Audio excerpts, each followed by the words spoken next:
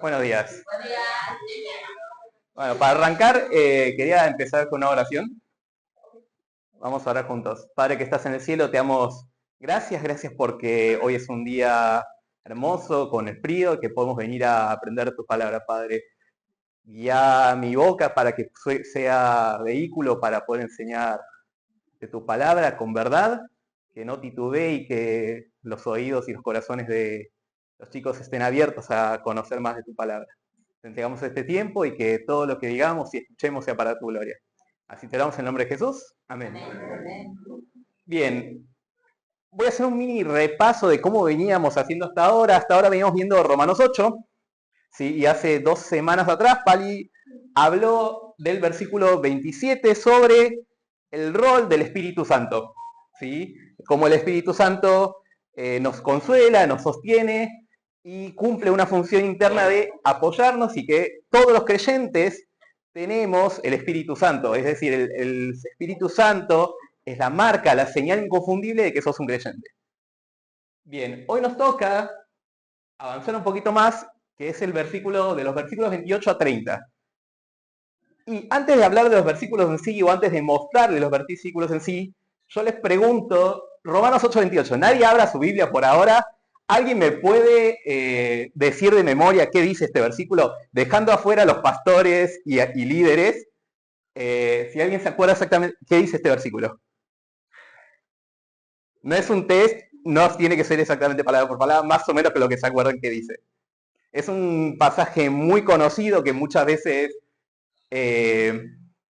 mencionamos, que muchas veces compartimos, y que capaz así Romanos 8:28 no les suene tanto cuando les diga qué versículo es, capaz lo reconozcan. ¿Pero alguno se acuerda qué dice este versículo?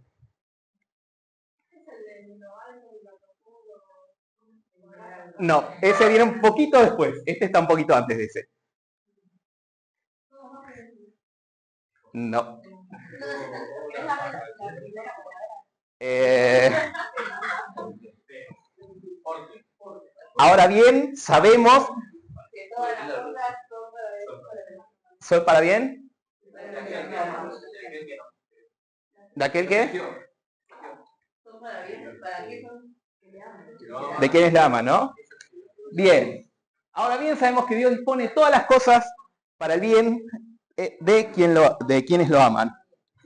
¿Sí? Hasta ahí el versículo les resuena, ¿no? Lo vemos en todos lados, seguramente lo compartimos, como diciendo, che, qué bueno, porque es una re linda promesa.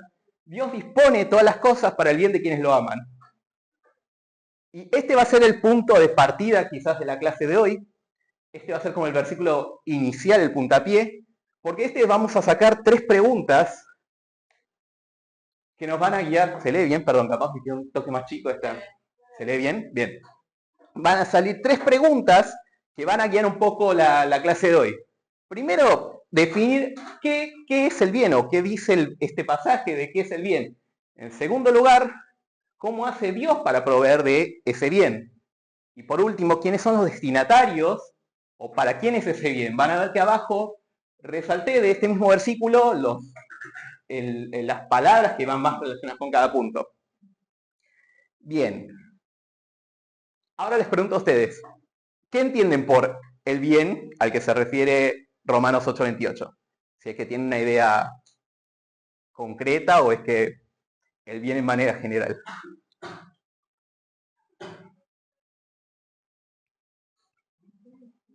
¿Alguien se anima?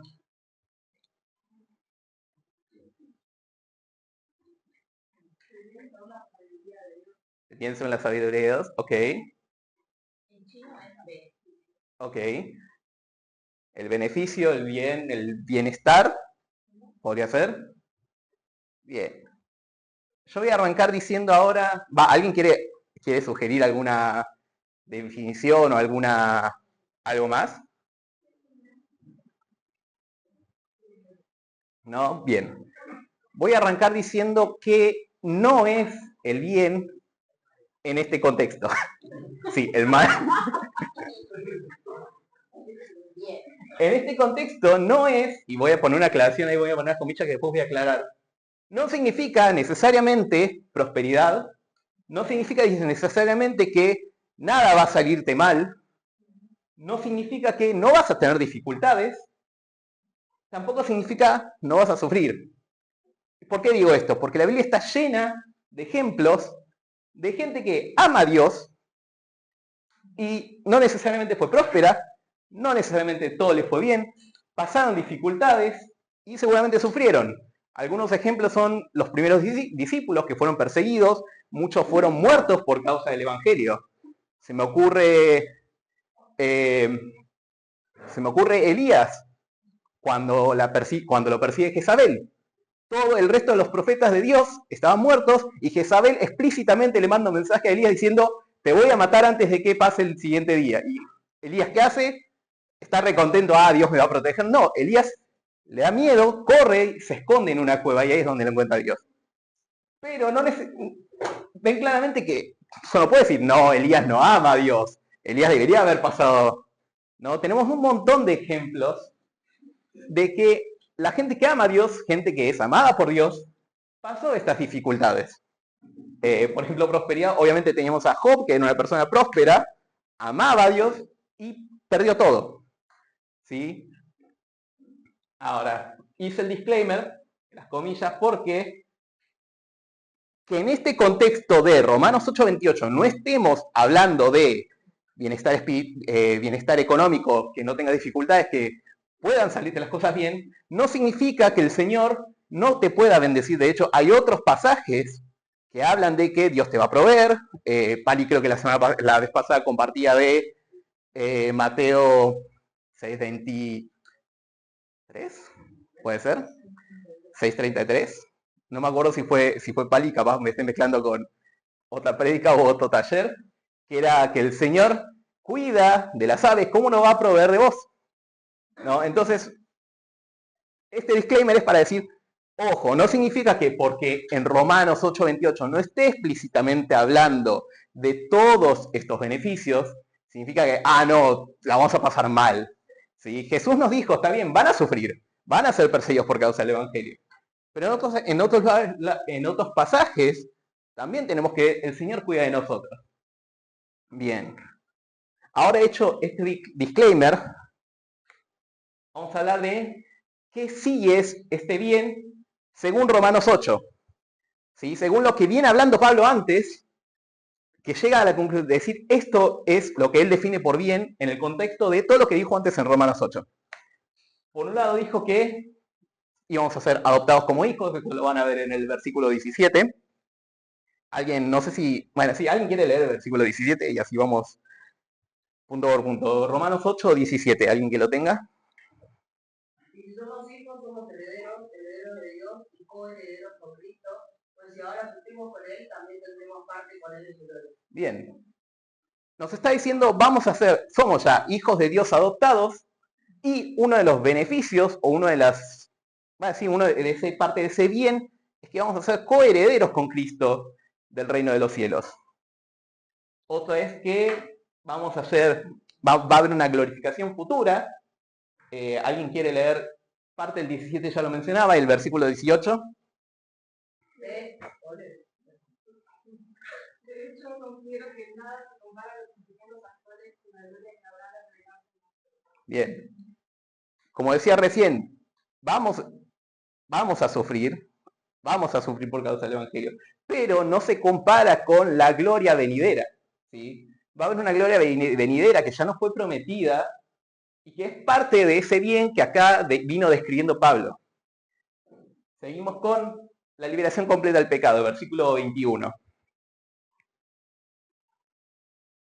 Porque también la creación misma será libertada de la esclavitud de corrupción a la libertad gloriosa de los hijos de Dios.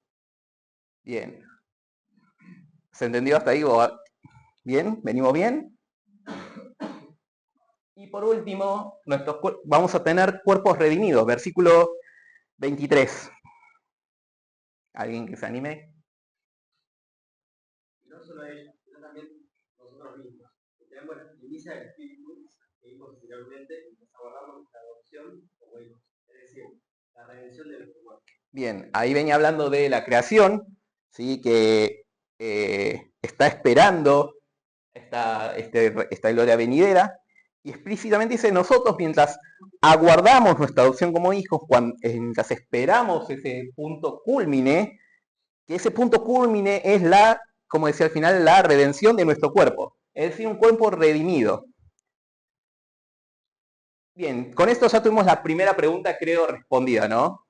¿Qué es el bien? Se entiende en el contexto de Romanos 8, ¿qué se refiere Pablo con ese bien?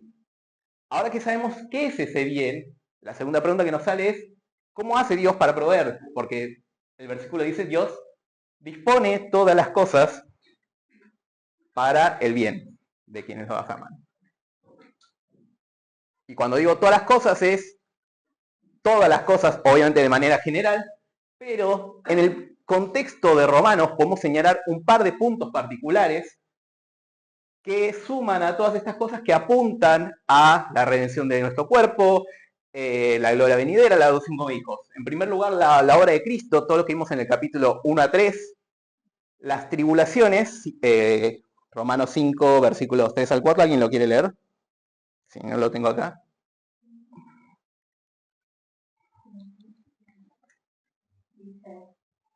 Y no solo esto, sino que también nos gloriamos en las tribulaciones, sabiendo que la tribulación produce paciencia, y la paciencia prueba, y la prueba esperanza.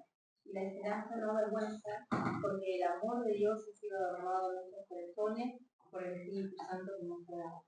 Bien.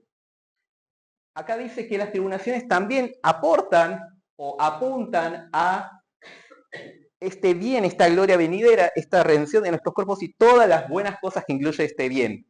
¿Sí? Especialmente las tribulaciones. Recién en la reunión yo llegué tarde, pero Pali al final está compartiendo el caso de una gerenta de una empresa que está en Perú, que tiene, no sé, ¿tiene todavía? Sí, está en tratamiento. O sea, todavía está en tratamiento por cáncer. Cuando se enteraron y Pali había buscado, por lo que había encontrado él, era algo era algo irreversible. Y se enteraron hace algunas semanas que ahora el cáncer desapareció y ahora se está haciendo, se operó la columna, pero el cáncer desapareció. Y lo que nos contaba es que ella era originalmente católica más por tradición, pero ahora como que Pali le compartía del Evangelio, le compartía canciones y ella pareciera estar empezando a escuchar la verdad del Evangelio, ¿no? Y podemos empezar a ver cómo también las tribulaciones, este es un caso específico, seguro en cada uno de nuestros testimonios tenemos seguro cómo las tribulaciones ayudan a nuestra santificación.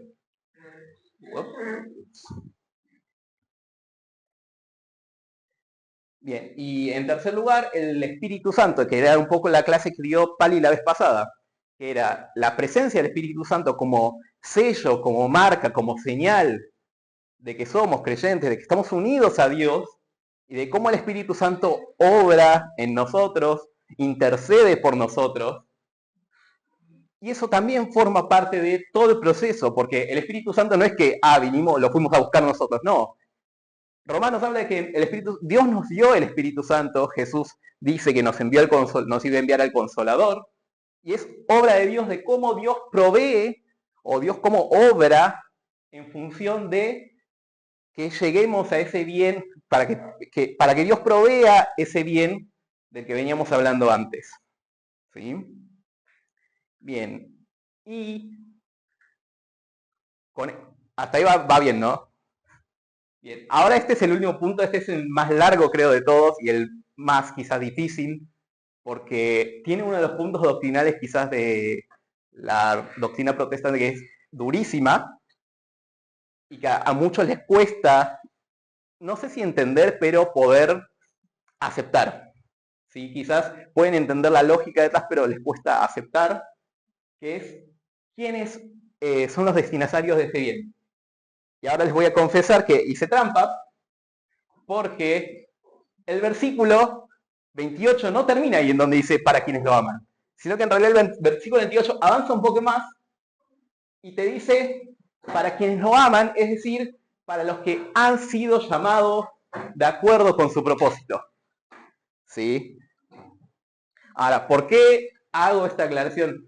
Porque el pasaje está hablando de un grupo selecto, o sea, es decir, no todos van a ser llamados de acuerdo con su propósito, y quienes lo aman no es que cualquiera pueda amar a Dios, sino que quienes lo aman, quienes aman a Dios, son únicamente aquellos que han sido llamados de acuerdo al propósito de Dios.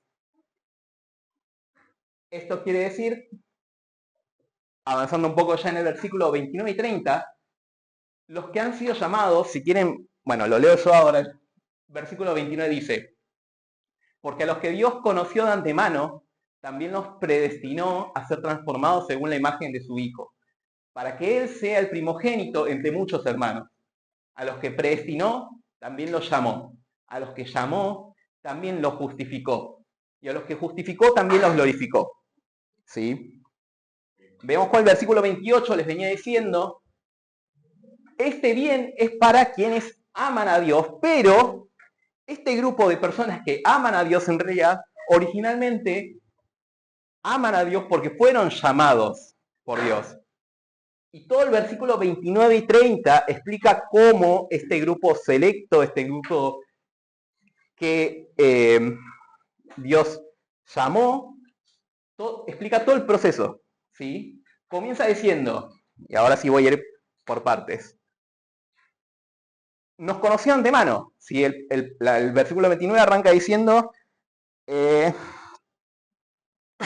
porque a los que Dios conoció de antemano, ¿sí? Capaz, tomándolo así fuera de contexto, pensamos conocer de, sabe de vos y te conoce de nombre. Pero, y esto está en las notas de Tortus y no lo sabía y lo aprendí también estudiando este tema, cuando la Biblia, o cuando por lo menos Pablo en este contexto usa la palabra conocer, tiene un significado más profundo que saber nomás, que de conocimiento así pleno, de conocimiento puro. Hay pasajes del Antiguo Testamento y justo también Romanos, en el cual conocer se usa, es decir, la palabra en realidad la que ven marcada como elegido, escogido, en realidad literalmente lo que está puesto en el idioma original es que yo lo he conocido, ¿sí? Pero la traducción o el sentido real es que fue escogido, fue separado, y son los ejemplos que puso Tortus, Génesis 18 y 19, yo lo he escogido, él está hablando no, perdón, ese es Amós. En Amós está hablando, por ejemplo, del pueblo de Dios, el versículo 1 dice, al pueblo israelita, solo a ustedes los he escogido entre todas las familias de la tierra. Es decir, los ha conocido a los israelitas de entre todas las naciones, quiere decir que los escogió. Y lo mismo en Génesis 18, yo los he escogido, yo los he conocido para que instruyan a sus hijos y a su familia a fin de que se mantengan en el camino del Señor. Y Romanos 11, que va a venir un poco después de lo que estamos estudiando ahora, dice, Dios no rechazó a su pueblo al que de antemano conoció. Acá están poniendo, no lo rechazó porque lo conoció. Entonces acá está haciendo esta contradicción de lo que es conocer, cuando habla de conocer, está hablando de que lo opuesto a rechazar, es decir, que lo escogió y lo aceptó. Bien, entonces estamos hablando de un pueblo escogido de antemano. A ese pueblo escogido de antemano que conoció o escogió, los predestinó, es decir, que ya le definió ese destino de antemano y que ese destino sea el bien que menciona Romanos 8:28, que es ser conformados a la imagen de Jesucristo. Ahora, si el destino, o sea, si nos predestinó, quiere decir que esto fue desde antes de que pudiésemos elegir nosotros siquiera, así que nosotros no tenemos voluntad en decir quiero este destino o voy a este destino por mi propia cuenta. Yo no puedo escoger. ¿Sí? Bien. Y aquellos que predestinó, llamó a salvación. El versículo dice, a los que predestinó, también los llamó. Y este llamado, y esta es una doctrina, esta es la I del tulip de la doctrina calvinista, que es el irresistible grace, la gracia irresistible, que es que el llamado de Dios es eficaz e irresistible. ¿Qué quiere decir esto? Eficaz porque al que Dios llama, salva. E irresistible es porque de nuestro lado nosotros no podemos decir, me estás dando al salvación. No, sabes que no. Si es que fuiste escogido y fuiste llamado, no vas a poder rechazar el Evangelio. Y vean que hasta ahora todo lo que dijo fue a los que predestinó llamó, no dijo a algunos de los que predestinó llamó, y a algunos de los que llamó, algunos de los que predestinó llamó, no es que de un grupo, de una mini parte, una porción de los que conoció es que predestinó, y no es que una parte de los que predestinó llamó. A todos los que conoció los predestinó, y a todos los que predestinó los llamó a salvación. Y asimismo, a todos los que llamó a salvación, a todos hizo justos, y estas personas las hizo justas delante de Dios. ¿Qué quiere decir? Que ya no hay condenación y la deuda está saldada. Esto está muy relacionado con lo que ya vino diciendo en Romanos 4, 5. Y hay un término llamado glorioso intercambio que habla de justamente el proceso en el cual a Jesús se le imputan nuestros pecados y se le imputa a él el castigo, y en cambio, en ese intercambio nosotros recibimos la rectitud y el mérito de la vida perfecta de Jesucristo. ¿Sí? Y ese es el proceso por el cual somos justificados. Y por último, el último paso, después de a quienes justificó, termina diciendo, los glorificó. Y acá vamos a hacer un paréntesis porque, si bien usa el término glorificó y lo usa en tiempo verbal pasado, está hablando en realidad de la gloria futura venidera. Ya habíamos mencionado recién en algunos pasajes de Romanos 8 de la gloria venidera que están esperando, las pruebas que producen paciencia para esperanza, para la gloria futura. Si bien no se realizó todavía de manera efectiva, ahora en este preciso momento, no es que ya estamos glorificados de manera final, Pablo lo pone en tiempo pasado porque es una obra que ya está concretada, ya está planificada, ya está cerrada. Toda la obra y la glorificación ya está puesta de manera ya final, y habla del día final en el cual Cristo venga por segunda vez, establezca su reino, y ahí habla de la renovación de nuestros cuerpos, la resurrección de los muertos, etcétera, etcétera. Bien. Hasta acá vienen siguiendo bien, ¿no? Van a ver que todo el pasaje, ¿quién es el autor? ¿Qué actores intervienen en toda esta obra?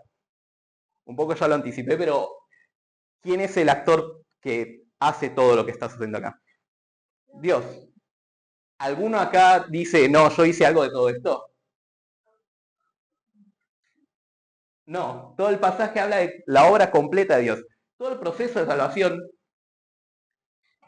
de que Dios dispone todas las cosas para el bien de quienes los aman, es justamente Dios dispone todas estas cosas. Dios nos conoció de antemano, Dios nos predestinó, Dios nos llamó, Dios nos justificó y Dios nos glorificó. No me comí ninguno, ¿no? No, está bien. Toda la obra de salvación, todo el proceso que acá describe es de Dios. Y acá es donde entra quizás un poco la polémica y un poco también con lo que hablábamos recién de la gracia irresistible, de que la doctrina calvinista habla de que nosotros no intervenimos en ninguna parte del proceso.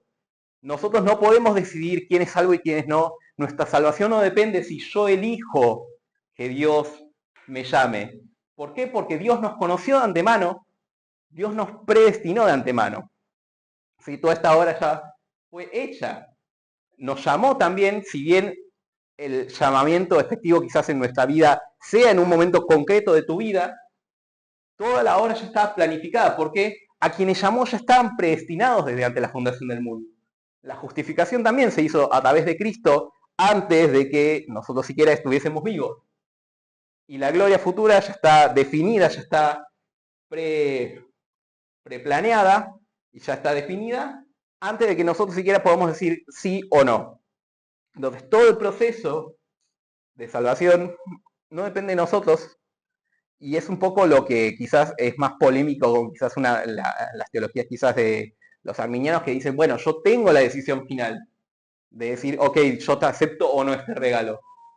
Porque este pasaje te está hablando que todos los que conoció, a todos, ninguno de esos es que puede rechazarlo, porque a todos los que conoció de antemano y predestinó, antes de que vos siquiera tengas conciencia, ya está definido que vas a ser salvo, ¿sí? Entonces, nada de lo que hagamos va a cambiar nuestro estatus de salvación.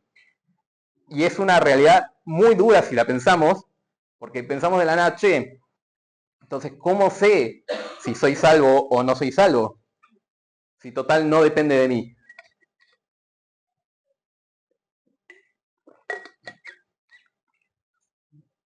Pero a la vez, les pongo la otra cara, que es la cara más hermosa de entender esta doctrina.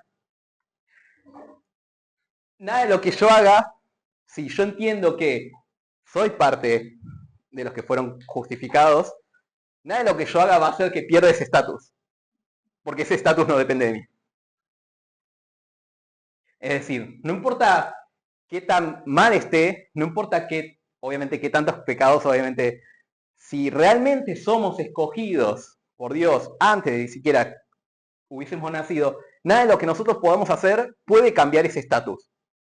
Y ahí descansa un poco nuestra seguridad de somos escogidos de Dios. Quizás la pregunta más difícil que sí es, ¿cómo sé si soy un escogido de Dios? Si soy un escogido, un llamado, alguien seleccionado por Dios. Y ahí entra en juego todo lo que se vino hablando hasta ahora, particularmente toda la obra, todo lo que dio Pali la vez pasada sobre la obra del Espíritu Santo. Como decíamos la vez pasada, todos los creyentes ya tienen el Espíritu Santo y el Espíritu Santo mora en todos los creyentes. ¿Qué señales tenemos del Espíritu Santo, de que el Espíritu Santo mora en nosotros? Bien, convicción de pecados, o sea, el Espíritu Santo es el que nos convence de que estamos pecando. Tenemos también la ayuda del Espíritu Santo que intercede por nosotros.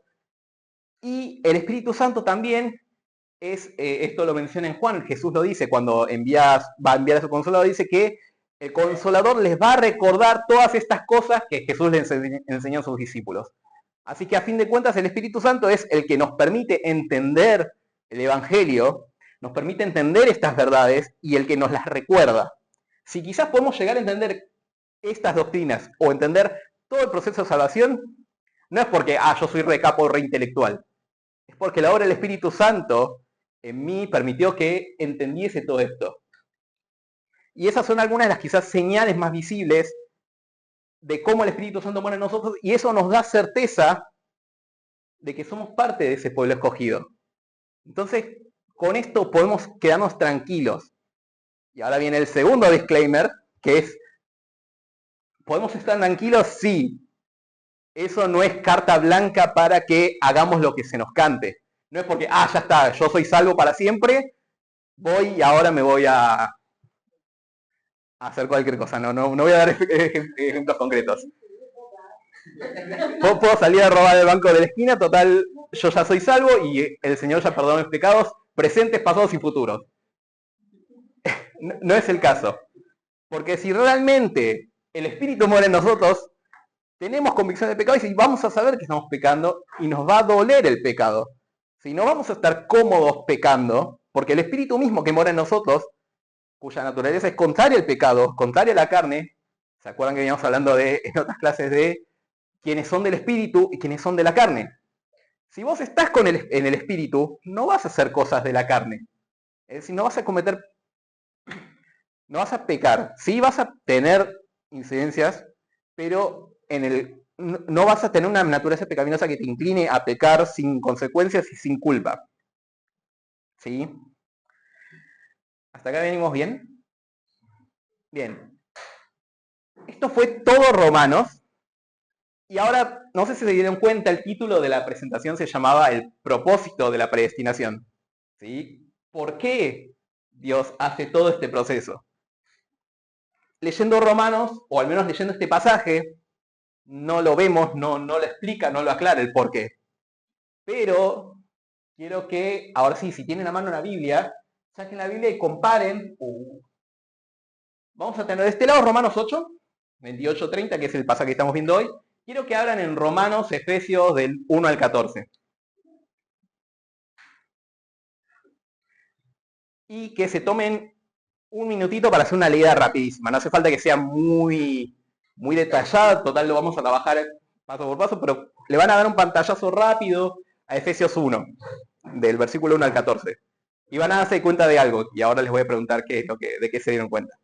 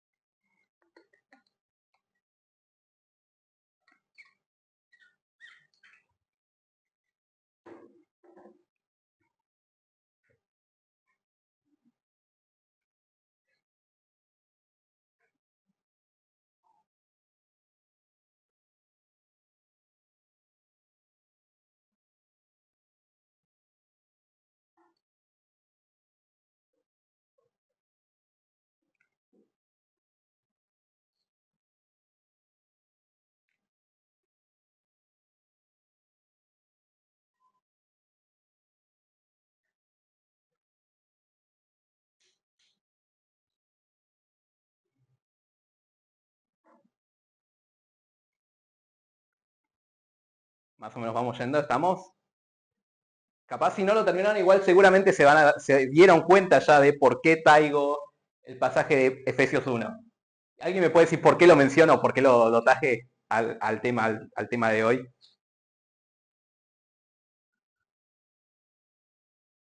¿Qué notaron en Efesios? ¿O no notaron nada? Y es muy temprano para leer un pasaje tan largo. ¿Cómo? Bien, habla de predestinado, ¿qué más? Yo creo que amplía un poco lo que estaba diciendo. Ujú. Sí. Bien. Bueno, lo cacharon. Efesios 1 habla de cosas muy parecidas que está en Romanos 8, 28 al 30. Y ahora sí vamos a ir un poco a poco con cada una de las partes de, por un lado, Romanos 8, 28. Yo les marqué un par de palabras en negro. ¿Alguien me puede decir o alguien me puede leer en Efesios 1 dónde encuentran un paralelo?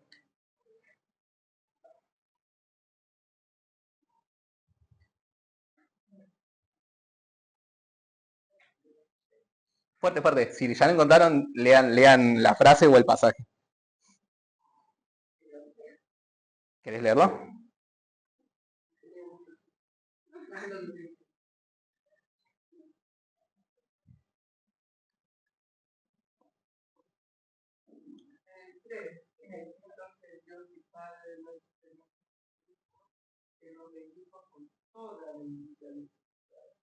Exactamente.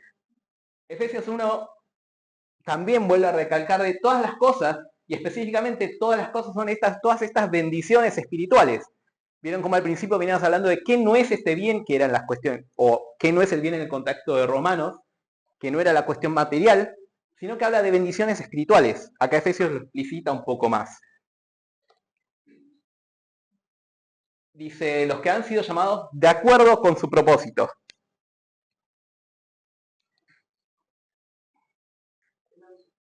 ¿Qué dice? No tengo el número de versículo, así que léeme la frase o el pedacito. ¿Cómo?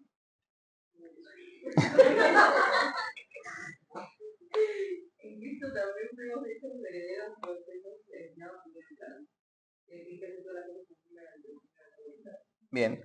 En alguna versión lo ponen como según el propósito de su voluntad. ¿Sí? Vamos con otra parte, porque a los que Dios conoció de antemano también los predestinó. Recién igual Cristian lo mencionó. Lo menciona también que los predestinó. Así que este sí lo salto rápido. En amor nos predestinó, pues, y después termina diciendo, pues fuimos predestinados según el plan de aquel. A los que predestinó también los llamó.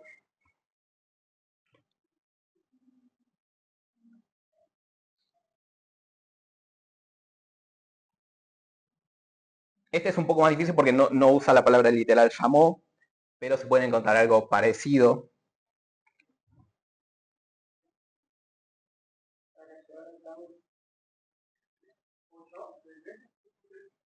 Sí, exactamente. Cuando oyeron el mensaje de la verdad del Evangelio que les trajo salvación y lo creyeron. Aquellos que oyeron el mensaje, aquellos que llamó a través del Evangelio, lo creyeron. A los que llamó también lo justificó. Este tampoco está, o al menos la que marqué yo no es tan literal tampoco. ¿Qué dice?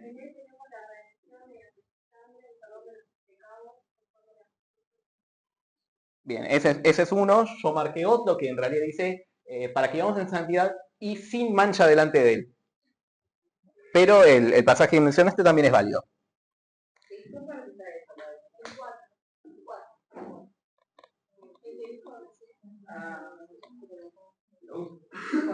O sea, igual el que viste está muy bien, yo este lo marqué porque era más como justificó en el sentido de que nos limpió y nos dejó sin mancha delante de Dios, pero el que mencionaste también está muy bien.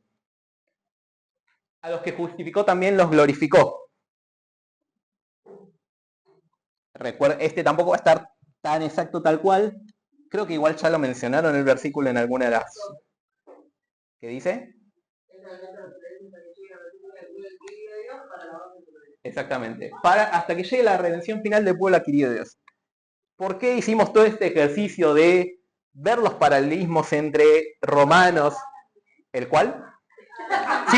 Sí, puede ser, ¿eh? A ver, hay muchos versículos, hay muchos pasajes, yo elegí capaz uno que fuese mucho más claro, pero en todo Efesios seguramente hay otros fragmentos que repiten o que también llevan la misma idea, así que sí puede ser. Pero bueno, le estaba diciendo, ¿por qué les traje este experimento o esta lectura de Efesios en simultáneo con Romanos? Porque estamos viendo que hablan exactamente de lo mismo.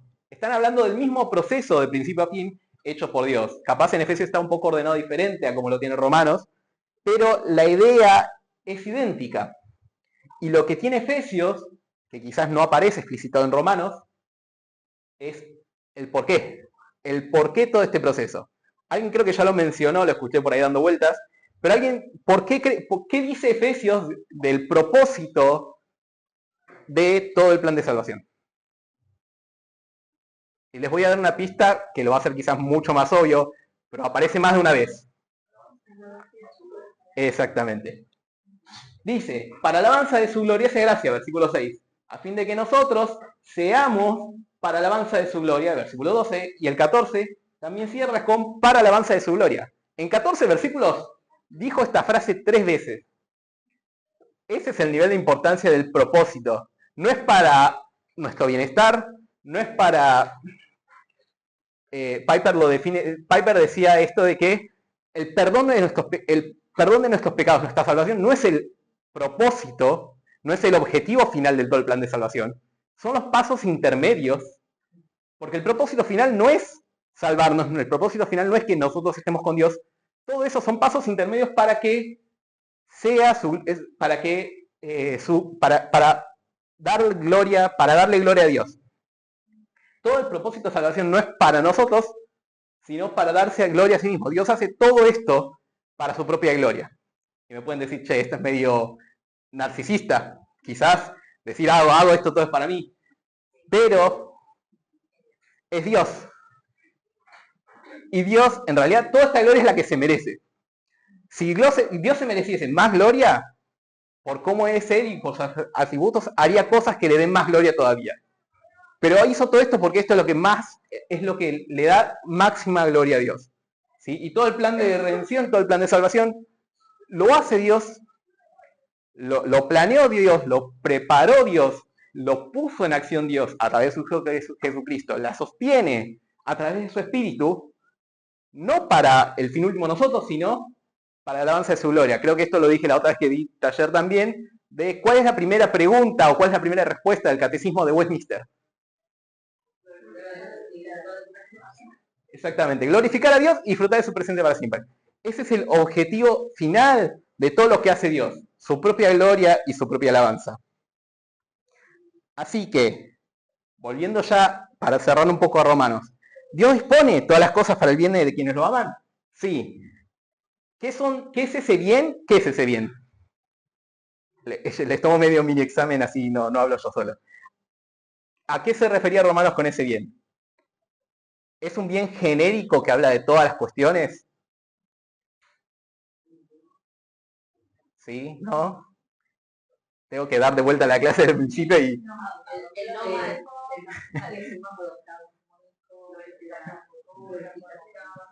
Bien.